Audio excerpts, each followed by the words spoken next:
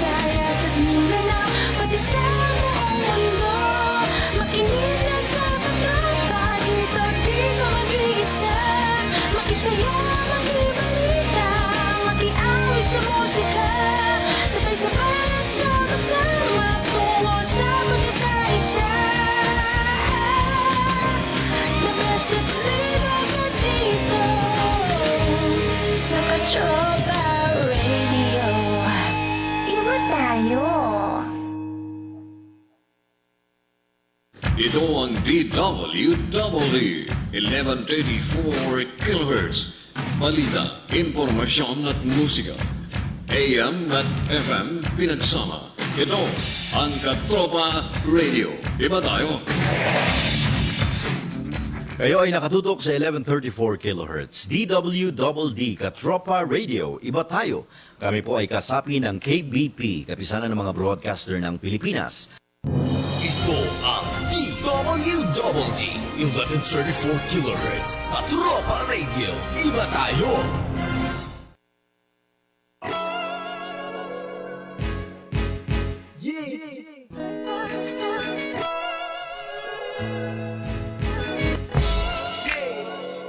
Blaze Records.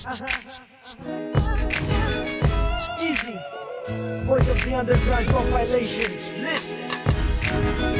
Huwag ka na malungkot, andito na ako. Pupunasan ko ang luha sa mga mata mo.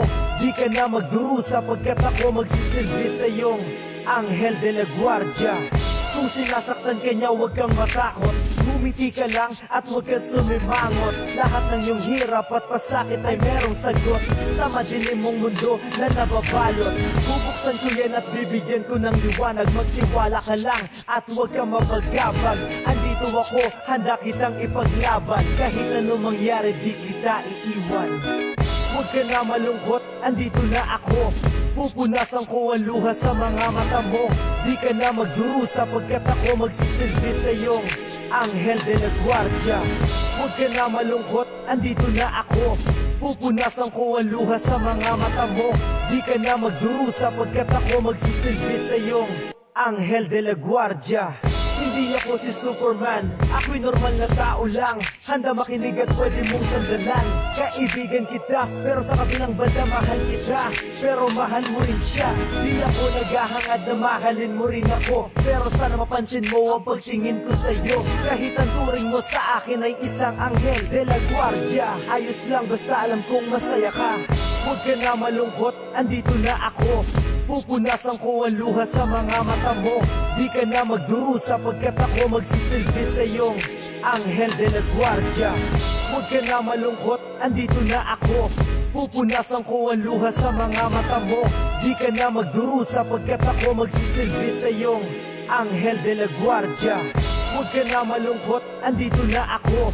Pupunasan ko ang luha sa mga mata mo. Di ka na magdurusa pagkat ako magsisilbi sa iyong Anghel de la Guardia. Huwag ka na malungkot, andito na ako.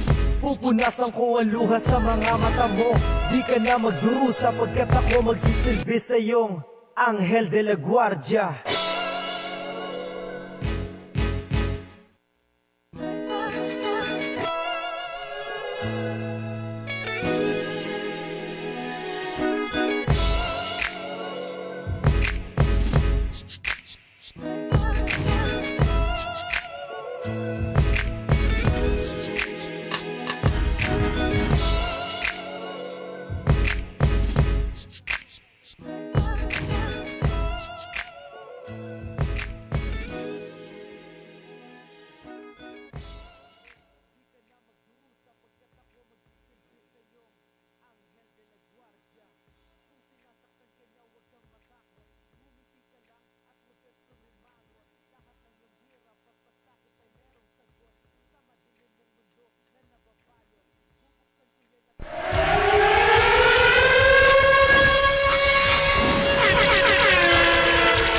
Narito ang makabuluhan at siksik na talakayan.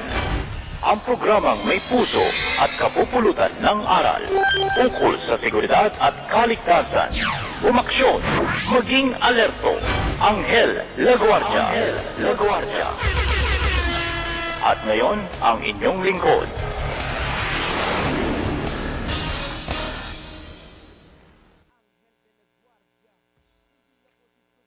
Okay, isang maganda, masaya, mapayapa at ligtas na araw Luzon, Visayas at Mindanao.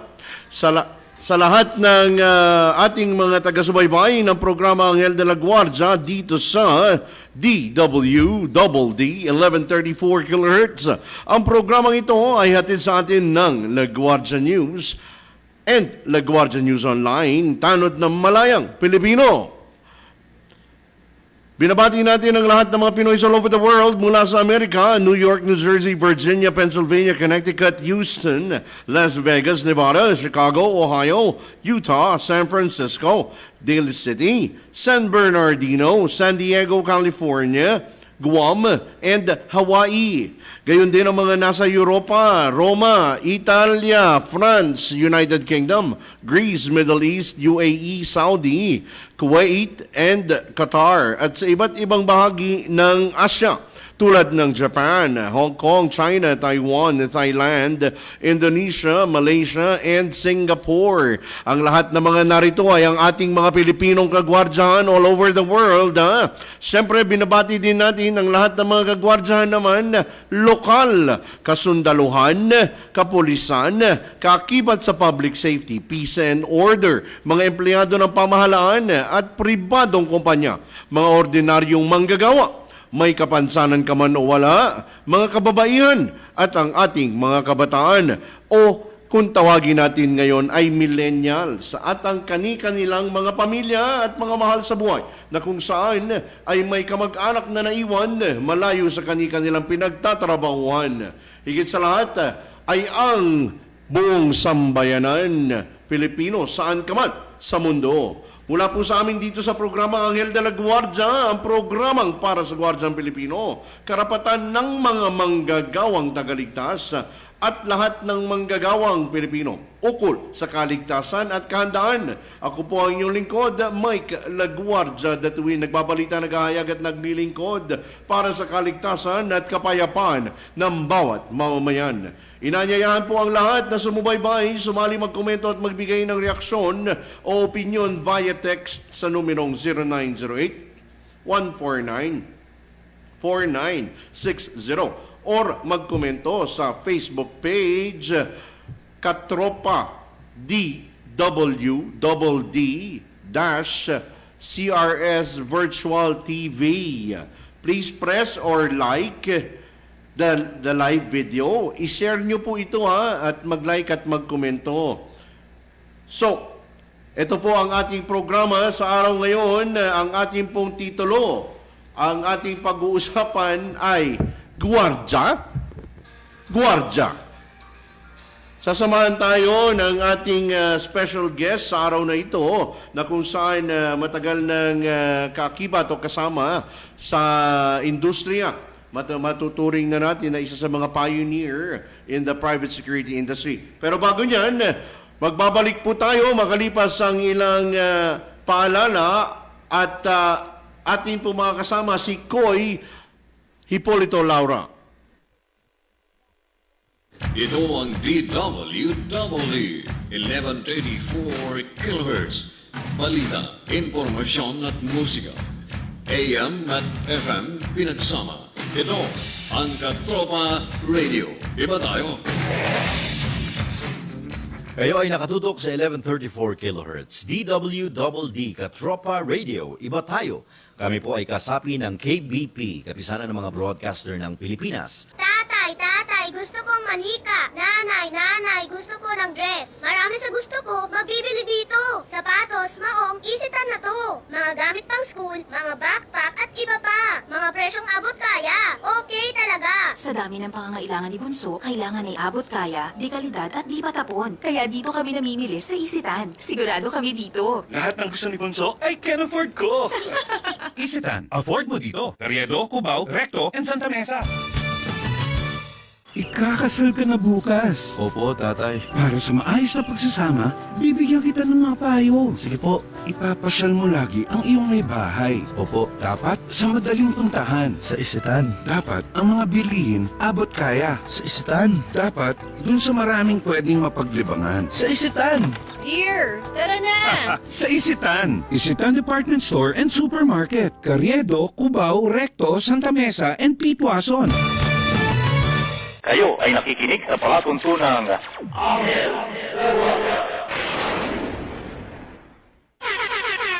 Si Mike Datuin ang inyong Anghel de Guardia.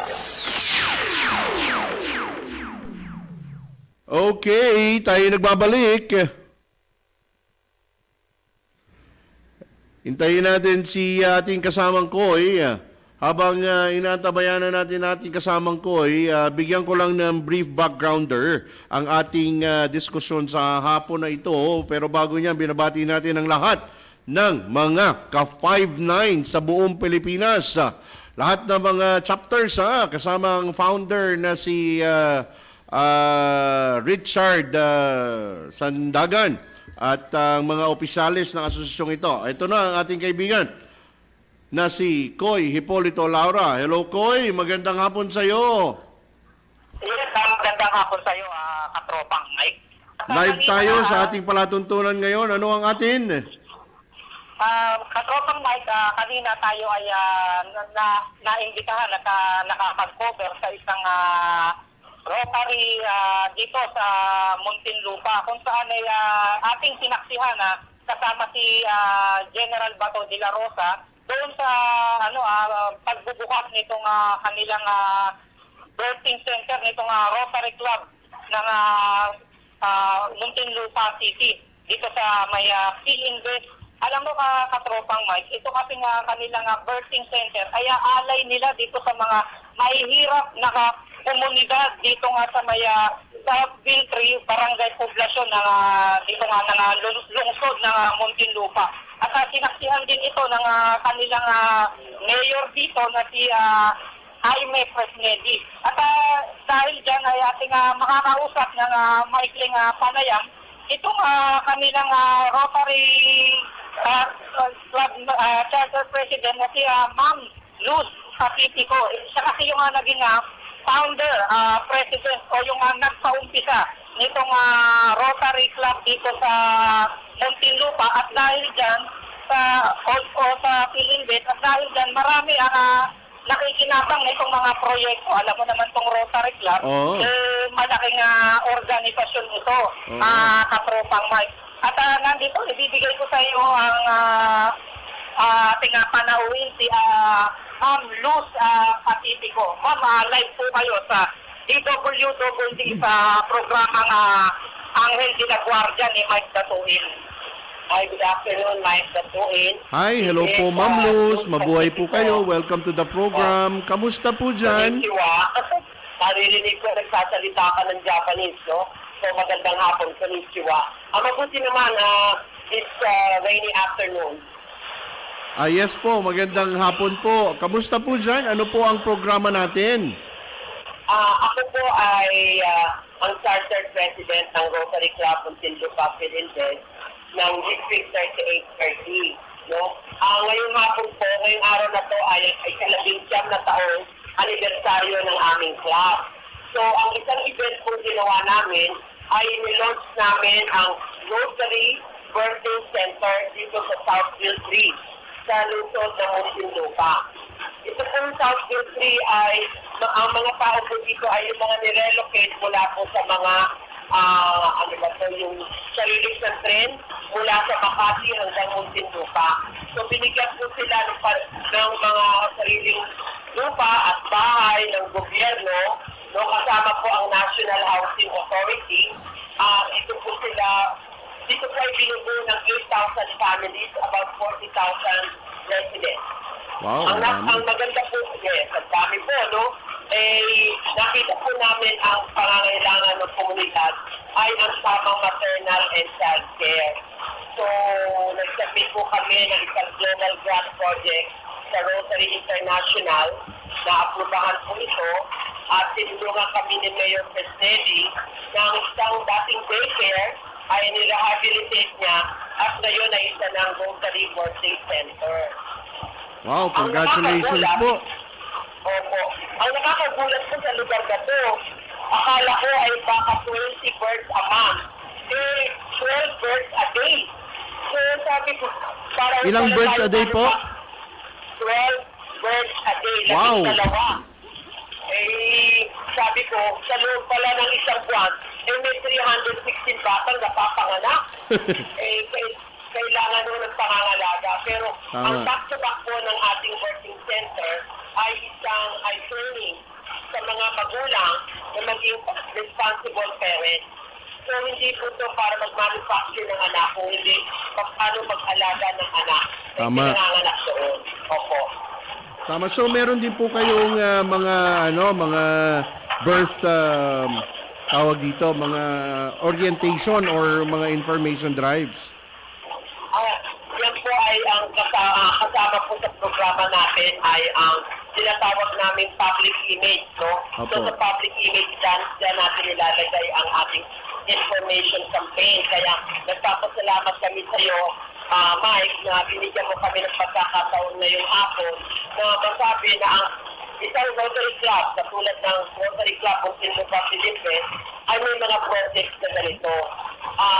Napakaraming Rotary Club sa buong Pilipinas, no? And this is the first time that a Rotary Club ventured into putting up a birthing center. Kasi Yes. paniniwala natin, ang kabutihang ng mga bata nagsisimula sa pagbuo ng anak na maayos. So, Tama po. Mabuhay po kayo, Madam President. At naway, it's always an honor na may mga ganitong impormasyon po na nailalahad namin sa ating programa Anghel de la Guardia. Huwag po kayong maging iba po, at sabihin nyo lang po kay Koy kung may maitutulong po ang ahensya, ang programa para po sa information drive po ninyo. Mabuhay po kayo, ma'am. Maraming salamat at congratulations. Babatiin ko lang po yung aming Pangulo ngayon. Yes, please. President Amira Sira po inspired the President namin and the Governor of District 3830, Almo Pisilio, our past District Governor Ed Absilio, and yung po nag-umpisa ng project na to, si past District Governor Edna Suter. At ang buong miyembro po ng Rotary Club of Consilio Papilintes, congratulations for our 19th year anniversary at yung po lahat ng Rotary family sa Southfield 3. Congratulations po at mabuhay tayong lahat. Thank you very much, Mike, Datuin, for this time. And thanks dito po sa ating tumutulong na katropa dito na kanina pang umagang kasama natin. So, maraming salamat po. Maraming salamat po. Mabuhay po kayo ulit, ma'am. Yeah. Thank you. Yes, katropang Mike, at yan nga, at narinig natin yung tinig ng ating kaibigan na si Charter President Luz Pacifico ng Rotary Club of Philippines. Alam mo, katropang Mike, pwede rin tayong maging associate ng Rotary Club. Ayon na rin yan sa kanya. At kung by invitation, pwede ka nga maging associate member ng kanyang ng Rotary Club ng Philippines, katropang Mike. Antayin natin yan, Koy, katropang Koy, at game na game ang inyong lingkod. Okay, at yan lang muna ang ating huling ulat mula dito nga sa Muntinlupa City. Ito pa rin si Katropang Koy Laura para sa programa nga Anghel de la Guardia ng DWDD Katropa Radio. Iba tayo. Anghel de la Guardia, huwag ka na malungkot, andito na ako. Pupunasan ko ang luha sa mga mata mo. Di ka na magdurusa pagkat Yan ang ating katropang Koy, Hipolito Laura. Guardia, hindi ako si Super. Okay, sa ating pagbabalik, ating pag-uusapan na, Guardia, buhay Guardia. Ito ang mga impormasyon na dapat na ating pinag-uusapan sa mundo na industriya na kung saan ang industriyang Guardia ay dumadaan sa mga paghamon at mga pagsubok. Tulad na lamang ng sitwasyon ng isang gwardyang nakabaril dito sa Binondo na si Jovel Bait. Ating po makakapanayam sa pagbabalik natin ng kanyang kapatid para malaman kung ano ang naging dahilan, ano ang pumaloob sa kanyang sarili at kung bakit nagawa niya ang isang hindi kanais-nais na sitwasyon o pangyayari. Alamin po natin mamaya po sa ating pagbabalik at himayin natin mula sa ating makakasamang security expert or subject matter expert sa larangan ng private security. Sa pagbabalik po ng ating palatuntunang Anghel de la Guardia. Huwag po kayong alis. Ako magsisilbi sa iyong Anghel de la Guardia. Ito ang DWDD 1134 kHz. Balita, impormasyon at musika. AM at FM pinagsama. Ito ang Katropa Radio. Iba tayo. Kayo ay nakatutok sa 1134 kHz. DWDD Katropa Radio. Iba tayo. Kami po ay kasapi ng KBP, kapisanan ng mga broadcaster ng Pilipinas. Sa isitan, abot kaya ang saya. Talaga? Abot kaya ang jeans. Talaga? Shirts pamorma. Talaga? Grocery pang outing. Talaga? School supplies for projects. Talaga? Pati appliances at gamit pang bahay, abot kaya din. Talaga? Ano man ang okasyon na pangangailangan mo, sa isitan, talaga to the 100th power. Linya ko yun eh. Abot kaya ang saya sa isitan. Carriedo, Cubao, Recto, and Santa Mesa.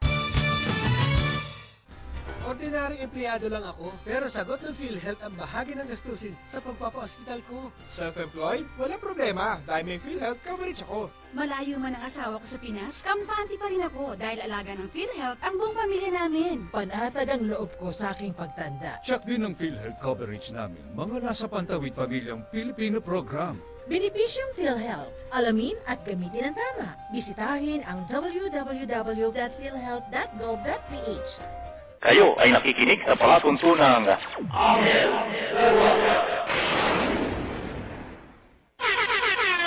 Si Mike Datuin, ang inyong Anghel de Guardia. Na nababalot, bubuksan ko yan at Okay, tayo nagbabalik sa ating palatuntunang Anghel de la Guardia. Makakasama natin ngayon sa hapong ito ang kapatid ni Jovel Bait na si Melissa Bait. Ang kapatid niya ay si SG Jovel Bait. Para po sa mga hindi nakakaalam, ito po yung gwardiya sa Binondo na nakabaril ng isang negosyante sa isang condominium na viral ngayon sa social media, at atin pong kapapanayamin ang kanyang kapatid para po mabigyan ng linaw kung ano ba ang sitwasyon patungkol doon. Hello, Miss Melissa Bait. Magandang hapon sa iyo. Welcome to the program. Hello, sir. Good afternoon po. Ayan, welcome to the program. Nasa programa kang Anghel de la Guardia sa DWDD 1134 kHz Armed Forces Radio. Kamusta ang iyong pamilya? Sir?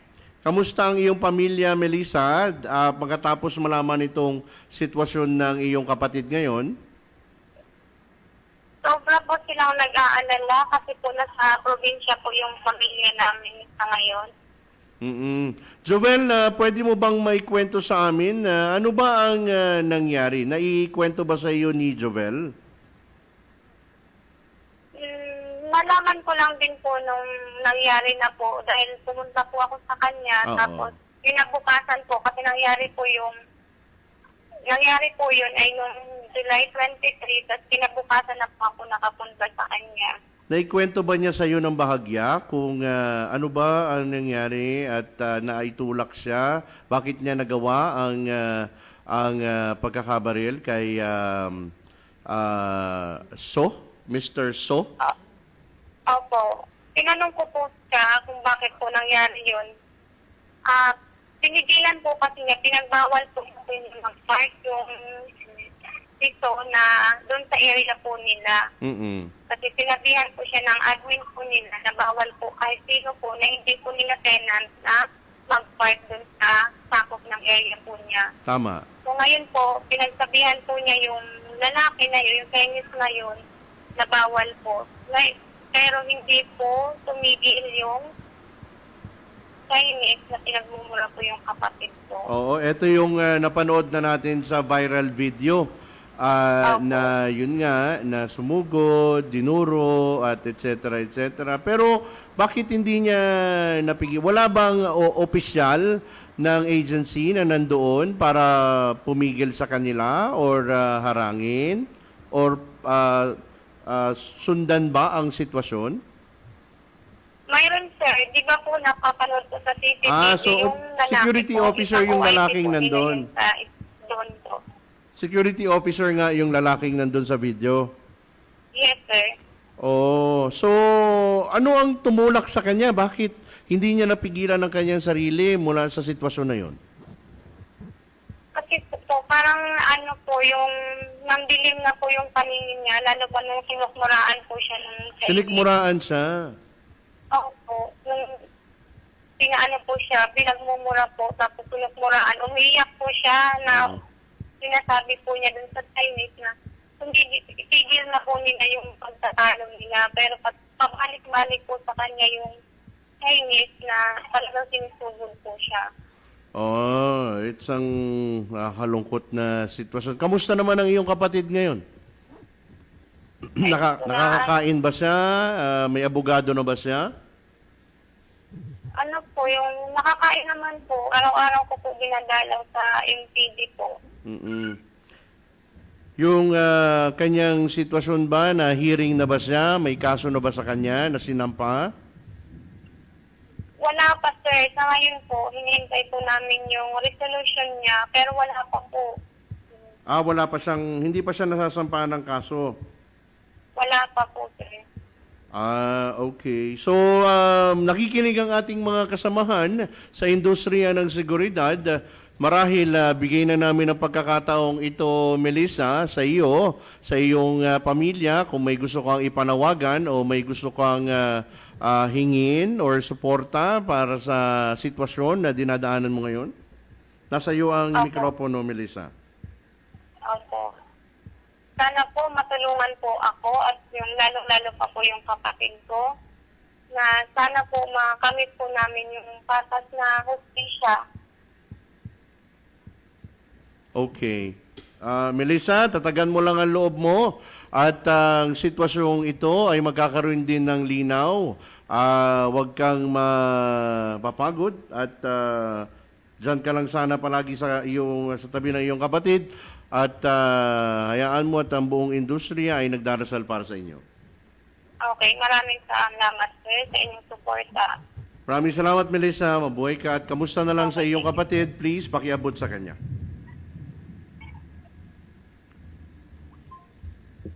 Okay, so yan po ang boses ng kapatid ni SG Jovel Daet, si Melissa Daet. Ito yung ating napanood na viral sa lahat ng mga security, sa lahat ng mga nakasubaybay sa industriya ng security, si SG 59er, Hukbo, lahat ng asosasyon na ngayon ay pinag-uusapan at nagbabalitaktakan sa social media patungkol dito sa sitwasyon ng ating gwardiya, kasamahang kagwardiyan or ka-59. Marahil marami din tayong mga nakita na mga diskusyon na kung saan ay may simpatya, may suporta, may labis na kalungkutan at may hinagpis at may sumasang-ayon. Kailangan natin malinawan sa ating profesyon. Bilang dating security guard din sa inyong lingkod, medyo naiintindihan natin kung ano ang dinaanan na dinadaanan ng ating mga kasamahang kagwardyahan. Sa lahat ng mga kagwardyahan, kailangan pag-isipan natin ano ang maaaring magawa natin sa ating sarili, sa ating trabaho para ngayon maging maliwanag ang ating tungkulin. May sitwasyon kasi sa atin na kung saan karamihan na mga nagdaan sa mga training ay hindi na yakap ng husto ang ibig sabihin ng training na kanyang dinaanan. Dahil sa sobrang dami siguro ng araw, mga konsekwensya, etc. Pero bagkus doon, pag-aralan natin, ano ba ang mga kailangan na pundasyon ng isang kagwardyan. Ating po pag-uusapan ito, kasama ang ating subject matter expert na walang iba, kung hindi maya ko na lang pakilala, makalipas ang ating maikling paalala.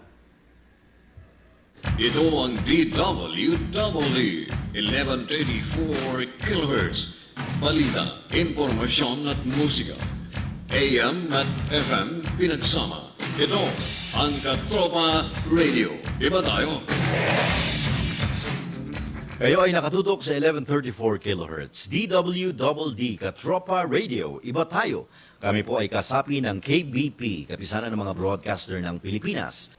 Oh, malungkot ka. Kakabonus lang ah. Opo, pero kailangan ko po mamili ng mga gamit para sa mga bata, para sa bahay. Birthday rin po ni Honey. Gusto ko po siyang i-date. Yun lang ba? Sa Isitan kayo pumunta. Abot kaya at dekalidad ang mga nabibili dito. Paborito ko dyan. Tama, sa Isitan, nakakasigurado ka. Salamat po, ma'am. Ay, magli-leave po ako. May natira sa bonus. Mag-honeymoon po kami.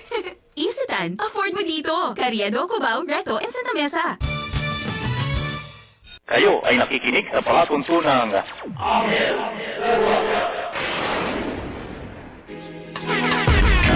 Limahin ang inyong ANGHEL. GUARDIA. Okay, so tayo nagbabalik sa ating palatuntunan. Atin na pong tanuin, kapanayamin ng ating guest sa araw na ito, special guest. Actually, baka maging regular guest. None other than subject matter expert on private security, corporate security, hotel security, and a well-rounded security practitioner in the industry of private security, Sir Poch Del Prado. Sir, good afternoon. Welcome to the program. Magandang hapon, Mike, at sa mga kababayan natin at mga taga-tangkilik ng DWDD. Hi, sir. Sinuntok, let's take it from the context of Miss Melissa. Sinuntok daw siya sa sikmura. Does that, how does that work out? Pinipigilan niya sarili niya, ngunit hindi niya nagawa at nasikil niya ang buhay ng isang tao. How does this work in a private security industry? Can you help us?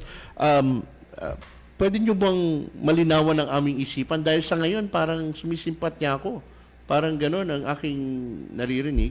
Pero, sa aking disiplina bilang isang security guard, security officer, security practitioner, agency owner, or agency provider, PAW officer, mga former ko itong background, and an advocate of private security and safety. How does this work out? Well, you know, si Melissa. Yes, sir. Okay, was it Melissa? Melissa, sir. Ang kapatid ni Jovel Baet. Jovel Baet, yung security guard na nakapatay. Yes, sir. Meron siyang sinabi kanina na nung kausap na yung kanyang kapatid, ang sagot daw sa kanya nang dilim ang paningin niya. Yes, sir. So medyo natawa ako ng konti, hindi dahil nakakatawa, pero if you will remember in our previous thread sa ating MOG, nabanggit ko yun. Ano na naman ito? Is this another case na ang gwardiya ang isasagot na naman, sir, magkakamot na lang siya ng ulo niya at magsasabi ng, sir, pasensya na, nandilim ang paningin ko. And I have seen this happen quite a number of times in my career. How many years, sir, have you been in the private security? Well, approximately, more than 20 years, approximately, in various fields of the industry, no? Hotel, resort, as I understand, restaurant. you were also a detachment commander Yes, at one time? As a matter of fact, yes. At the Ambuklaw Hydroelectric Plant. No, so And this you were was in direct supervision of these guards. Yes. As laid down by Melissa, there was an officer at that. Yes. May official doon sa facility na yun. Yes, and what was that officer apparently by his behavior, looking at that footage, you know, he was rendered inutile. He obviously did not know what to do, or he did not know what his priorities were. Sir, there are various disciplines, no? But there is one that played, may isa na talagang nagpe-play ng isang lead role dyan. Ito yung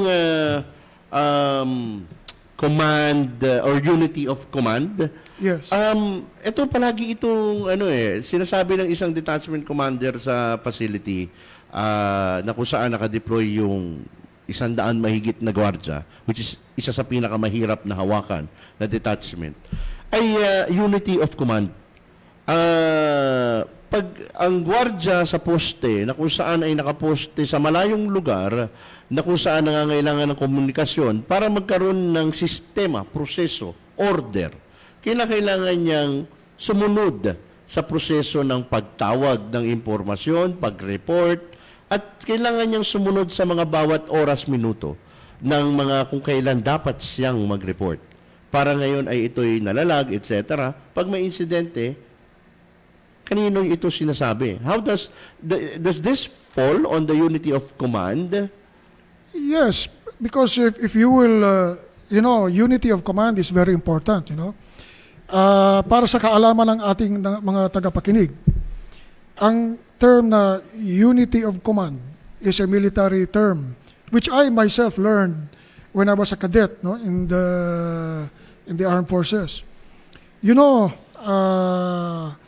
Unity of command is a principle wherein in the civilian sector, we can say wherein a subordinate in the company should not report to more than one boss. Right.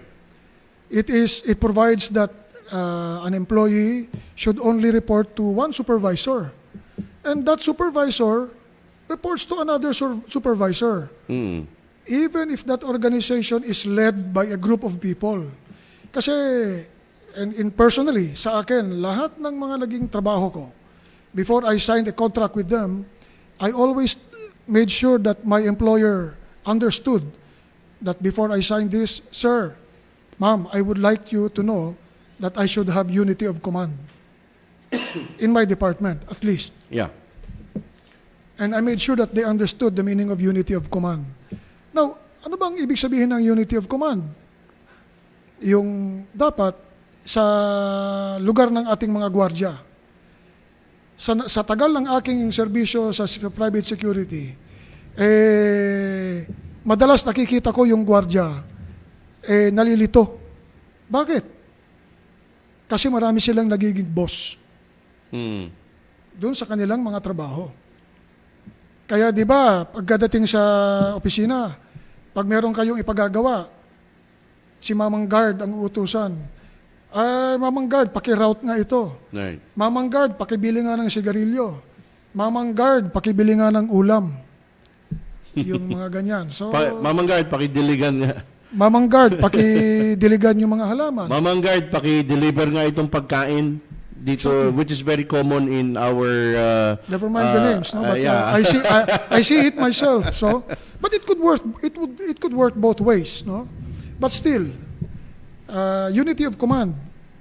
Dapat yung gwardiya, para hindi malito, kasi ang mga gwardiya natin, meron silang mga standing orders na nire-review nila yan bago silang magposte. Sabi ni Melissa, meron daw, hinihimay lang po namin para sa kuro-kuro. At atin po, ito po yung opinion ng inyong lingkod at ng ating subject matter expert na narito ngayon para magkaroon ng kahit papaano ay kalinawan kung ano ang mga naging patungkol, ano ang mga naging sitwasyon, bakit ito nag-lead sa ganito, may mga kakulangan ba, ano ba sa industriya natin, sa private security, ang problema, pagdating na sa poste, at ito'y napaka-common. Just recently, nung itong, sa Bulacan ba, sir? Itong ating gwardiya, kaibigang gwardiya, na kung saan ay pinagtataga. No? Dalawa. Wherein ang trabaho nila ay to advise the settlers, the illegal settlers, as allegedly illegal settlers, na kung maaari ay lumisan, na kung saan ano ba ang responsibilidad, professional na responsibilidad. Ang keyword dito, sir, kasi professionalism eh. When we say enforcement of duties and responsibilities, execution of duties and responsibilities, pasok yung sinabi ni Miss Melissa Daet eh, na nung pinatutupad niya, kinounter siya ng pinagsasabihan niya. So, right there and then, there is force to reckon with. Medyo on competence, not to maim, hindi naman sa minamaliit natin, but on the competence level as provided by Republic Act 5487, high school graduate, hindi naman mangmang. Ngunit may limitasyon ang kaalaman patungkol doon sa kanyang ginagampanan. Ngunit walang problema yon sa eksekusyon. Marahil sa mahabang diskusyon. Kapag humaba na itong diskusyon na ito, ang isang gwardya ba ay competent enough to argue? Ayan na sir, tumawid na ako doon sa distinction na yon. There's already a key word there, sir. Ano sir yung naging problema doon sir sa gitna sa palagay ninyo? Yung word na argue. Are they allowed to argue? As much as possible, no. So, whose responsibility is that? In-enforce ni Guardia. Hindi sumunod. Binuska-buska. Very common to. Culturally. Yes. Gigisingin ko lang ang kamalayan ng Pilipino. Gisingin na natin, sir. Total, kasama ko na kayo. Gisingin natin. Ang katotohanan ay kadalasan, hindi na kadalasan madalas kung minsan, mababa ang tingin sa kagwardyahan. Totoo. Cultural to, sir, ha? Yeah. Ngayon, kung marami ang sa mga tumitingin ng tama at patas, then congratulations. Kasi you will bring out the best of that on that person. Kahit na mababa ang kanyang pinag-aralan, pagpantay ang iyong paningin sa kanyang trabaho tungkulin, matutulungan niyo siya na magampanan yung trabaho niya kahit kulang siya sa confidence. Because you treat him equal, you bring out the best of him. Tama ba, sir? Now, sir, talking about where we left off a while ago, kaninong responsibilidad na ngayon kapag hindi naabot ng kamalayan ng isang gwardya ang sitwasyon na kung saan siya'y nalalagay na ngayon sa alanganin? Yung nag-complain na si customer, sinusubukan na siya, binubuska-buska na siya. Who comes in? What comes in? Ito yung sinasabi ko na unity of command. Kasi if you will look at the video, nandun na yung supervisor. Yung supervisor... As confirmed by Miss Melissa. Yes, as confirmed by Miss Melissa. And as I viewed it on the CCTV, if I'm correct, yung supervisor nandun na. And the supervisor should have taken charge already. Mm-hmm. But we can see that despite that the supervisor being there, yung namatay, patuloy pa rin ang kanyang pagpunta doon sa gwardiya, which led eventually to that a very unfortunate incident. Right. Pero ang para sa akin dito, I need to send a message to our guards, no? Sa ating mga kasamahang mga gwardiya, sana isipin nating mabuti na yung ginawa ba nung tao na yung napanduduro sa inyo, ang sagot ba doon yung ginawa nung kasamahan nating gwardiya na ito na naging sanhi ay kamatayan ng isang tao at nakulong pa yung kasamahan nating gwardiya. Most unfortunate. Does it equal? Worth it ba? Maybe we should bring up here the subject of use of force doctrines. Yeah. Ano yung use of force doctrines na sabi ko nga, dapat ang mga gwardiya ay tuturuan sa training pa lang nila at regularly tungkol sa paggamit ng, how do you say it? Use of force, puwersa. Equal ba yung puwersang ginamit niya? Paggamit ng tamang puwersa sa sitwasyon na nangangailangan ng tamang puwersa. Correct.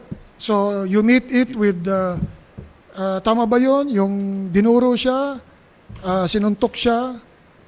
Equal ba yung ginawa ng ating kasamahang gwardiya na ang isinagot niya doon ay bala? Tama ba yun? Now, where is the guard? Nakakulong. Yung nanduro, nanuntok, patay. Parehong pamilya nila. Yeah. The wife of 2 kids, yung civilian. See, so the wife and 2 kids of the deceased nagdadalamhati. And the family of... The family of security guard Baet nagdadalamhati. May problema ngayon. So Does it call for it na makarating sa ganitong sitwasyon? yes, we should if you mean that we Yung pangyayari, yung Oh, no. naging desisyon ng ating kasamahang gwardiya. hindi. Diba? So- Is it worth it? No, it's not worth it. Yung gwardiya, mali ang kanyang... Pero sir, to be fair, let's be fair with let's be fair by putting all of the elements that needs to be at play. Kasi although, in my opinion, sir, please do correct me if I'm wrong. In my opinion, everything that needs to be in play in the security duties and function was needed at this particular situation. The intervention of the officer, the asertness of the officer, the sound decision-making of the guard, the sound decision-making of the officer, the constant reminder of the officer on guard mounting that these are the duties and functions. Primemost to everything must be your morals, values, ethics, conduct, which is part of primemost to the training of the guard, which is very, not just very, but needed to be emphasized, not just legally, but obligatory. It is innate ang push nga namin dito sa like you sir, there's training eh. Di ba? When we train, we always emphasize that security is protection of lives and property. Yeah. So where does everything fall now? Well, we have a very big responsibility through this program. We need to educate the clients, yung non-security practitioners, yung mga nakikinabang doon sa paggwagwardya ng mama doon sa baba. Kailangan maintindihan natin kung ano talaga yung trabaho ng gwardya na yan. So, paki-research nyo yung ibig sabihin ng unity of command. Now, for the guard, let me ask you, Mike. Yes, sir. Doon sa insidente na yon, kung totoo totoo ba na bago pa yung enkwentro nung biktima, nung namatay at nung gwardya, inilabas circumstances leading to that very fateful, unfortunate incident.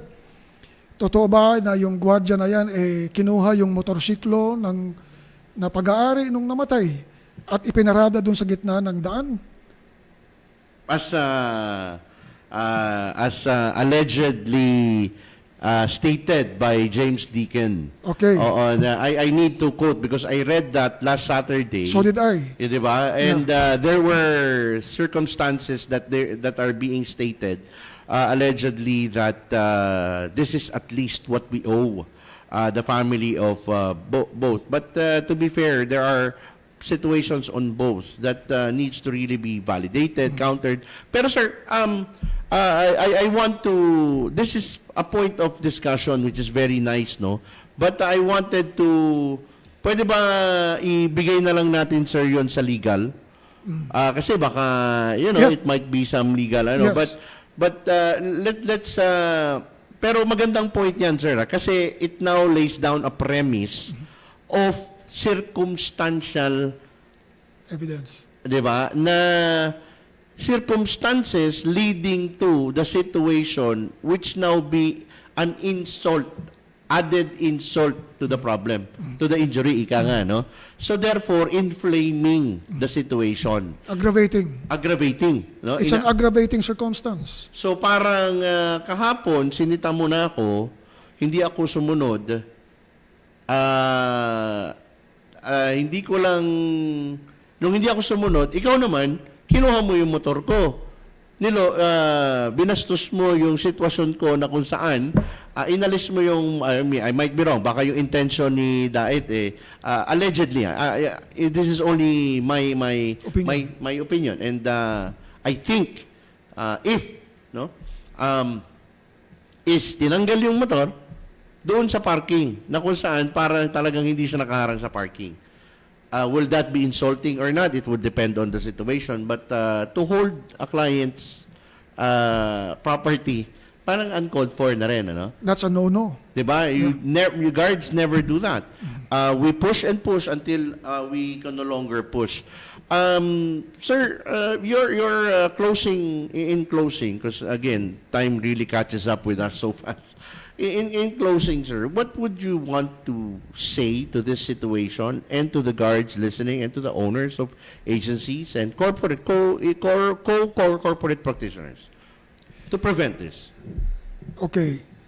My heart goes out to the family of the victim, just like my heart goes out to the family of the guard and the guard himself. There are people who are responsible here. So the guard, and I will leave it up to the process, no, to find out who else is responsible. But in my opinion, gusto ko lang sana maintindihan ng mga gwardiya na ang inyong armas ay may kalakip na napakalaking responsibilidad that was entrusted to you, hindi para gamitin nyo yan para pangsagot sa init ng ulo, panghiganti, or pang proteksyon ninyo sa maliit na bagay. Doon naman sa mga hindi security, sa mga kliyente nitong mga agency na ito, sana intindihin natin ang totoong sitwasyon ng mga gwardiya. Yung hindi natin pwedeng sabihin na, yung sabi nga ni Mike kanina, na mababa ang tingin ng tao sa gwardiya. Totoo yan, para sa aking opinion. Kasi naranasan ko yan. At mismong nasabi na sa akin yan ng mga maraming tao. Hindi ko rin matanggap yan. Kasi ang mga gwardiya katulad lang ng mga ordinaryong empleyado yan. Sir, iset ko yung reality. Ako, naduraan ako sa mukha. Hindi ako nagtataka. That's how bad it is. Hindi lang dura. Sampal, sipa, duro-duruin, suntukin, hamunin, tutukan ng baril, ng sibilyan. Kilala mo ba ako? Yung mga ganyan. Normal na yan. I've seen that happen. I've seen it in action. It's been done to me, myself. So, it's the way, and I'm still here. Right. I'm not in jail. Because I suppose I handled it properly. And why? Yun, yung sound judgment. Yes. So, sabi mo nga kanina the sound judgment of the guard. So was that guard qualified in the first place to be in that post? Kung totoo ba na he was already transferred from a different post? Kaninong responsibilidad? Yung agency? Yung kliyente na tumanggap ng agency, hindi nila na-evaluate ng mabuti? So there are people who are responsible here as well. That led, the circumstances, like you said, that led to this very unfortunate incident. So, sa mga hindi security practitioners at sa mga gwardiya, para sa inyo ito. Thank you very much, Sir Poch del Prado, and thank you for giving us your thoughts, and being bold enough to be honest in informing our people. Mga kasama, sa ating industriya, may mga bagay po tayo na kailangan maramdaman, malaman, magawa, mapraktisan at makasanayan. So, atin pong ibibigay ang ating editorial in a few seconds. Pagbalik po, ito po yung naging impormasyon, digest po muna natin at isasarap po natin ang ating palatuntunan inawan. Binabati ko muna ang ating mga sumusubaybay sa ating palatuntunan, si Police Director General Edgar Aglipay and family, Ma'am Maui Aglipay, Ma'am Ella Aglipay Delio, Emeline, Congresswoman now on USEC, Emeline Aglipay Villar, and her husband, Secretary Villar, and Emeline and Mike Aglipay. Pagbabalik po ng ating palatuntunan, Anghel de la Guardia. Ito ang DWDD 1134 kHz. Balita, impormasyon at musika. AM at FM pinagsama. Ito ang Katropa Radio. Iba tayo. Kayo ay nakatutok sa 1134 kHz. DWDD Katropa Radio. Iba tayo. Kami po ay kasapi ng KBP, kapisanan ng mga broadcaster ng Pilipinas. Tatay, gusto kong manika. Nanay, gusto ko ng dress. Marami sa gusto ko, mabibili dito. Sapatos, maong, isitan na to. Mga gamit pang school, mga backpack at iba pa. Mga presyong abot kaya. Okay talaga. Sa dami ng pangangailangan ni Bunso, kailangan ay abot kaya, dekalidad at di patapon. Kaya dito kami namimili sa Isitan. Sigurado kami dito. Lahat ng gusto ni Bunso, I can afford ko. Isitan, afford mo dito. Carriedo, Cubao, Recto, and Santa Mesa. Kayo ay nakikinig sa palatuntunang Anghel.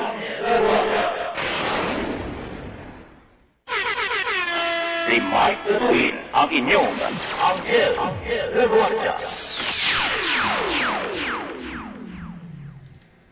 Pinabati ko ang ating mga kasama na si Bravo Alpha, Ko Hipolito Laura, Ariel Ticon Bagakay, Asiron Onipse or Norisa, at lahat ng members ng 5-Niners of the Philippines. Mabuhay kayo at patuloy lang sa inyong ginagawa para sa kapakanan ng ating kagwardyahan.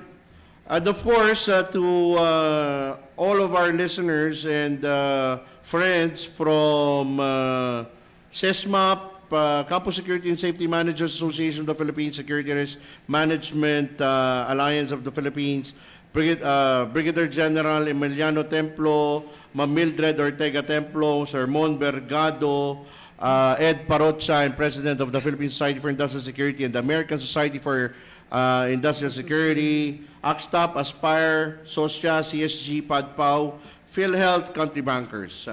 Ito po ang aking 2 cents worth bago po tayo magsara. No? Ang atin pong mga naranasan sa sitwasyon na kung saan dinanas ng ating kagwardyahan ay napakabigat. Sabi nga po ng ating kaibigan na si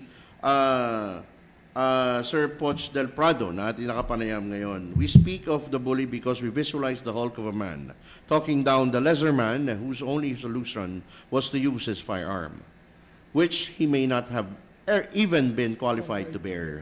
This is very strong statement from made by our subject matter expert, Sir Poch del Prado, because andito na po lahat. Pinaloob niya doon sa simple statement na yun ang sitwasyon at katotohanan ng ating kagwardyahan sa lupa, sa Pilipinas. Gentlemen and ladies, when we say security guard, we talk about the officers, the security agency owners, we talk about the supervisors, the heavy-hitting, well-disciplined, the highly studied or highly educated individual but still performs security functions. Gentlemen, there are many predicaments. There are many things within the parameters. Sa lahat po ng aking kagwardyahan na sumusuporta na tama lang napatayin, dapat po atin pong obligahin ang ating sarili na i-emphasize at tulungan ang ating kagwardyahan na mag-train, makinig, mahalin ng trabaho, yakapin ang industriya at ang pagiging profesional. Dahil kapag pinagsama po natin ang ating personal sa profesional o tungkulin para ipatupad ang ating gampanin, hindi na ho natin makikita kung saan tumitigil ang boundarya. Mayroon po yan hangganan upang ma-apply mo ang tama sa mali. Ang mali sa tama. Tayo po ay mag-isip-isip, magnilay-nilay, tulad po ng ating palaging sinasabi sa ating palatuntunan dahil tayo na naman po ay kinapos ng oras. Bueno, tulad po ng lahat ng kwentuhan o usapan, may umpisa at may katapusan. Naway marami po tayong napulot na aral at magagandang halimbawa at istorya na magsilbing handang gabay sa atin sa lahat ng hamon sa buhay. Pagtama ang kalaman, tiyak ang kaligtasan at kapayapaan ng bawat mamamayan. Ito po ang inyong lingkod, nagpapaalam at nag-aanyaya mo hanggang sa susunod na Sabado po muli. Alas 3 hanggang alas 4 ng hapon sa parehong impilan at social media account. Mike Laguardia Datuin, kasama po ang ating Sir Poch del Prado. Po lamang nagsasabi at nagpapaalala sa ating lahat na ang seguridad at kaligtasan ay responsibilidad ng bawat mamamayan, mapasaan ka man. Sundan po ang ating susunod na palatuntunan, gabay at aksyon ni Ate Rose Solangon. Lakasan ang loob at magtiwala dahil lahat tayo ay may Anghel de la Guardia. Sumainyo ang makabuluhan at siksik na talakayan. Ang programang may puso at kapupulutan ng aral. ukol sa seguridad at kaligtasan. Umaksyon, maging alerto. Anghel. Subaybayan muli sa ganitong oras at himpilan ang muling paglipad ng Anghel, GUARDIA.